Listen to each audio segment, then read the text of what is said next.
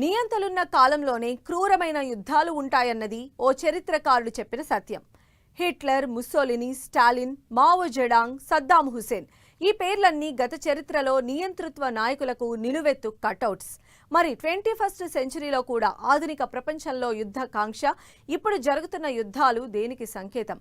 ఇది మత జాతీయవాదం ముసుగులో సాగిస్తున్న మారణ హోమానికి నిదర్శనమా అంటే ఈ నవ శతాబ్దంలోనూ మళ్లీ ప్రజాస్వామ్యం, జాతీయవాదం ముసుగేసుకున్న నియంతలదే రాజ్యమా? ప్రపంచంలో జరుగుతున్న నేటి యుద్ధాలు, తీవ్ర ఉద్రిక్త పరిస్థితులు ఏం చెబుతున్నాయి?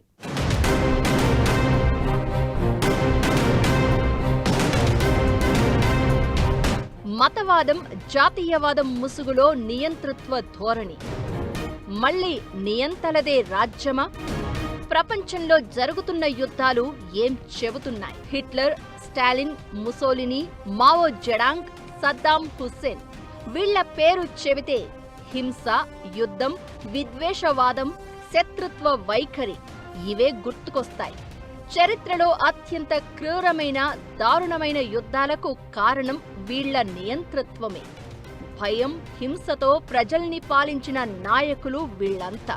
కానీ ఇప్పుడు యుద్ధాలెందుకు జరుగుతున్నాయి అంటే కారణం నేటి స్మార్ట్ నియంతల ఆధిపత్య, అధికార, నియంతృత్వ పోకడలే అని రాజకీయ విశ్లేషకులు అంటున్నారు. పైకి ప్రజాస్వామ్య ఎన్నికలు, కానీ అధికారం చేజిక్కాక పాలన అంతా నియంతృత్వ వైఖరితోనే సాగుతోంది. నాటి నియంతలు ప్రజల్ని పీడించి, శత్రువుల్ని హింసించి చంపితే నేడు అగ్రరాజ్యాధినేతలమని చెబుతున్న వాళ్లు యుద్ధాలతో ప్రపంచాన్ని, ఆర్థిక వ్యవస్థను పెను సంక్షోభంలోకి, విధ్వంసంలోకి నెడుతున్నారు.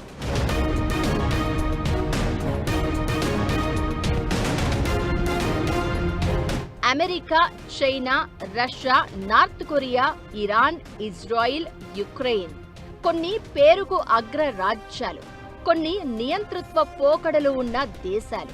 కానీ ఇవన్నీ యుద్ధకాంక్ష, మారణ హోమంతోనే ప్రపంచాన్ని వణికిస్తున్నాయి. 4 ఏళ్లు గడుస్తున్నా రష్యా, యుక్రెయిన్ వారు చల్లారడం లేదు. దాడులు, ప్రతి దాడులతో నిత్యం రావణ కాష్టంలా రగులుతూనే ఉంది. ఆ తర్వాత ఇజ్రాయిల్, పాలస్తీనా యుద్ధం అతిపెద్ద వారుగా చరిత్ర పుటల్లోకి ఎక్కింది. గాజా స్ట్రిప్ ను సర్వనాశనం చేసిన ఈ యుద్ధంతో అటు ఇజ్రాయిల్, ఇటు పాలస్తీనా రెండూ భారీగానే నష్టపోయాయి. అమెరికా అధ్యక్షుడు ట్రంప్ గత ఏడాది ప్రజాస్వామ్యయుతంగా జరిగిన ఎన్నికల్లోనే ఘన విజయం సాధించారు. రెండోసారి అధికార పగ్గాలందుకున్నారు. అప్పటికే కొనసాగుతున్న రష్యా, యుక్రెయిన్, ఇజ్రాయిల్, పాలస్తీనా యుద్ధాలను తాను ముందుండి ఆపేస్తాను అని హామీ కూడా ఇచ్చారు.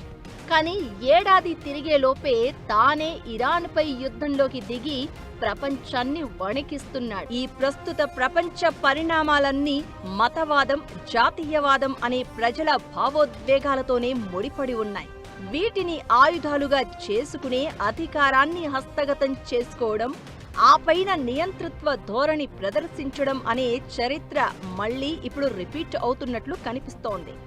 అమెరికా అధ్యక్షుడు ట్రంప్, చైనా అధినేత జిన్పింగ్, రష్యా అధ్యక్షుడు పుతిన్, ఇజ్రాయిల్ ప్రధాని నెతన్యాహు, ఉత్తర కొరియా అధినేత కిమ్ జోంగ్ ఉన్ ఇలా ఒక దేశాన్ని పాలించే పవర్ను చేతిలోకి తీసుకున్న నాయకులంతా ఇప్పుడు మనం మన శత్రువులం అనే విభజనను మెల్లగా సృష్టిస్తున్నారు.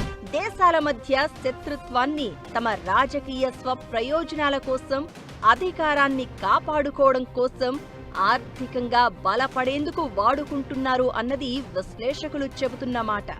అందుకే 21వ శతాబ్దంలోనూ యుద్ధకాంక్ష కారణంగా పలు దేశాల మధ్య తీవ్రమైన ఉద్రిక్త పరిస్థితులు తలెత్తాయని అంటున్నారు. దక్షిణ కొరియాను తమ దేశానికి అత్యంత ప్రబలమైన శత్రువని ఉత్తర కొరియా అధ్యక్షుడు కిమ్ జోంగ్ ఉన్ అధికారికంగా ప్రకటించాడు.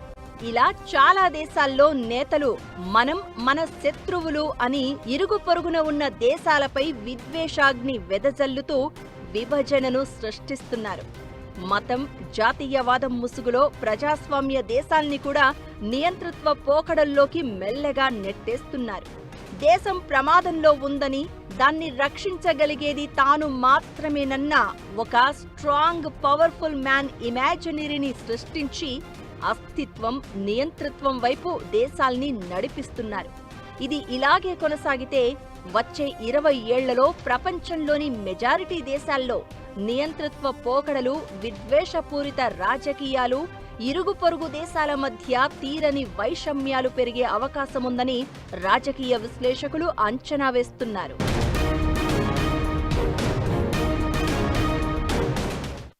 అపరిమితమైన అధికారం ఎప్పుడూ వినాశనానికే దారితీస్తుంది.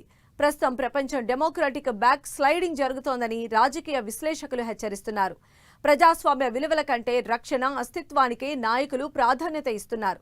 ఇదే ఇప్పుడు దేశాలను నియంతృత్వ ధోరణుల వైపు జారేలా చేస్తోంది.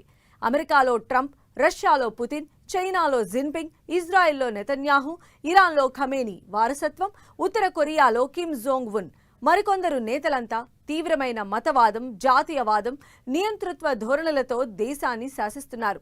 వనరుల వేట, ఆయుధాల వ్యాపారం కోసం దేశంలోని అంతర్గత సమస్యల నుంచి ప్రజల దృష్టిని మళ్లిస్తున్నారు.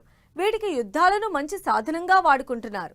ప్రశ్నించే గొంతుల్ని దేశద్రోహులుగా ముద్ర వెయ్యడం, ఎన్నికైన నేతలు మెల్లగా ప్రతిపక్షం లేకుండా చూసుకోవడం, వ్యాపార ధోరణి, సామ్రాజ్యవాద వైఖరి, ఆధిపత్యం ఇలా ఒక్కటని కాదు, యుద్ధం వెనక కారణాలు అనేకం. దాన్ని లీడ్ చేస్తోంది మాత్రం నియంతృత్వమే. అమెరికాలో ట్రంప్, రష్యాలో పుతిన్, చైనాలో జిన్పింగ్, ఇజ్రాయిల్లో నెతన్యాహు, ఇరాన్లో ఖమేనీ వారసత్వం, ఉత్తర కొరియాలో కిమ్ జోంగ్ ఉన్, మరికొందరు నేతలంతా తీవ్రమైన మతవాదం, జాతీయవాదం, నియంతృత్వ ధోరణులతో దేశాన్ని శాసిస్తున్నారు. అత్యున్నత న్యాయస్థానాలను డోంట్ కేర్ అంటున్నారు. ఐక్యరాజ్య సమితి వంటి అంతర్జాతీయ సంస్థలను అస్సలు పట్టించుకోవడం లేదు. ఆధిపత్య పోరుకు జాతీయవాదమనే ముసుగు తగిలించి సొంత నియమాలను దేశ రక్షణగా చెబుతూ ప్రపంచాన్ని శాసించాలనే అత్యాశ ఆయా నేతల్లో పెరుగుతోంది. వనరుల వేట, ఆయుధాల వ్యాపారం కోసం దేశంలోని అంతర్గత సమస్యల నుంచి ప్రజల దృష్టిని మళ్లిస్తున్నారు. వీటికి యుద్ధాలను మంచి సాధనంగా వాడుకుంటున్నారు.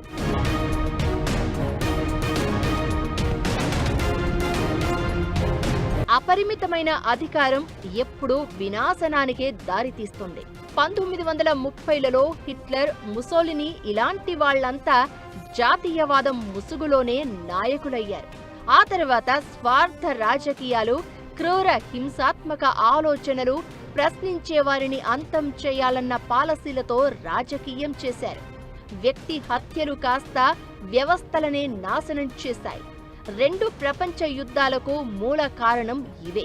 ఇప్పుడు కూడా అణ్వాయుధాలు కలిగిన దేశాల అధినేతలు ఇలాంటి ధోరణులతోనే ప్రపంచానికి నయానియంతల్లా మారారు. దేశాల మనుగడకు పెను ముప్పుగా మారారు. ప్రజాస్వామ్యం కేవలం ఓటు వేయడంతోనే ఆగిపోకూడదు.